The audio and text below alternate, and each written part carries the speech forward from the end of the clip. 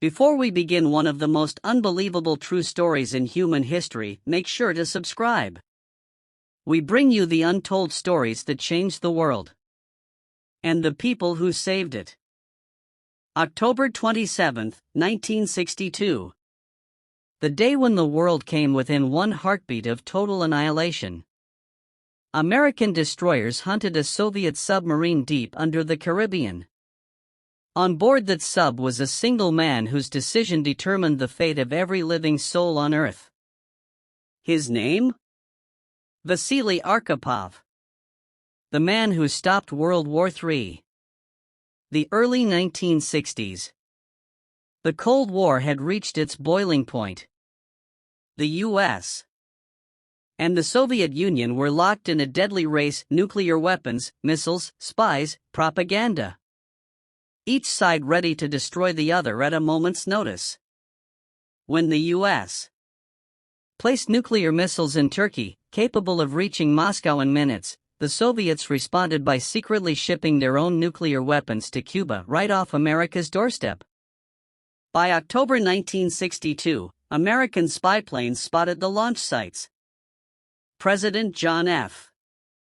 Kennedy went on television and made it clear, any nuclear missile launched from Cuba against any nation in the Western Hemisphere will be regarded as an attack by the Soviet Union on the United States. The world held its breath. Far beneath the ocean, for Soviet submarines each armed with a nuclear torpedo, were heading toward Cuba. One of them was B-59. The crew had been underwater for days. The air was hot, thick with carbon dioxide. Temperatures reached over 45 C, 113 F. Their only orders: stay hidden and wait for the signal to attack if war begins. But communication with Moscow was cut off. They had no idea what was happening on the surface. All they heard were distant explosions, American depth charges meant to force them up. Inside the submarine, nerves were breaking. Every man thought, it started. The war has begun. The captain of B-59, Valentin Savitsky, was furious. His men were exhausted, suffocating, convinced the Americans had launched an attack. Savitsky shouted, "We're going to blast them now. We'll die, but we'll sink them all. We're not going to disgrace our Navy." The crew began preparing the nuclear torpedo. Its power? The same as the bomb that destroyed Hiroshima. But there was a rule: to fire a nuclear weapon, 3 officers had to agree. Captain Savitsky said yes. Political officer Maslenikov said yes. The third man, Vasili Arkhipov, the second in command, said no. Arkhipov was calm, rational. He knew something the others didn't. Just a year earlier, he had survived a nuclear submarine accident, the K-19 reactor disaster, where he watched radiation kill his crewmates one by one.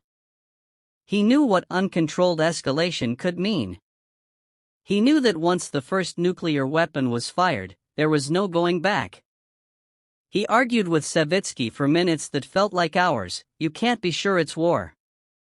If we fire, well, start it. We have to surface." At that moment, the temperature in the control room was over 50 C. Men were fainting. The hull groaned from pressure. But Arkhipov stood firm. Finally, Savitsky gave in. He ordered the submarine to surface.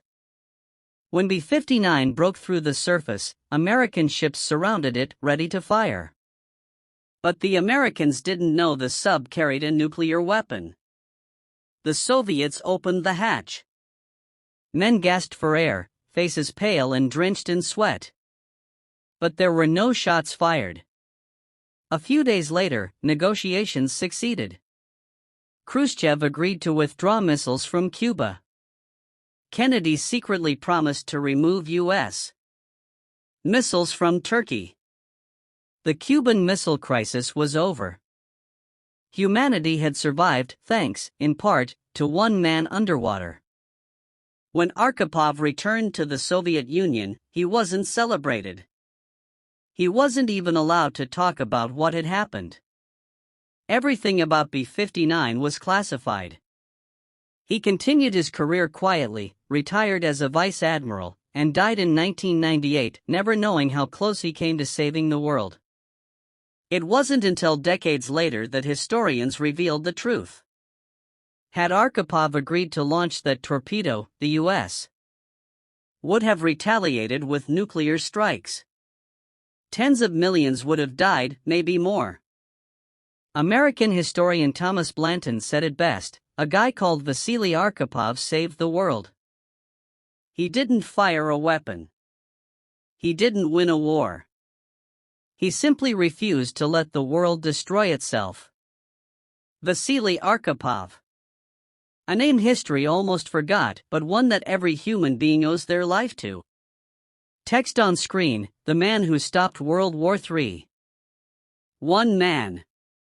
One choice. And a world that survived. If stories like this move you, subscribe, share it with a friend, and help us keep these forgotten heroes alive.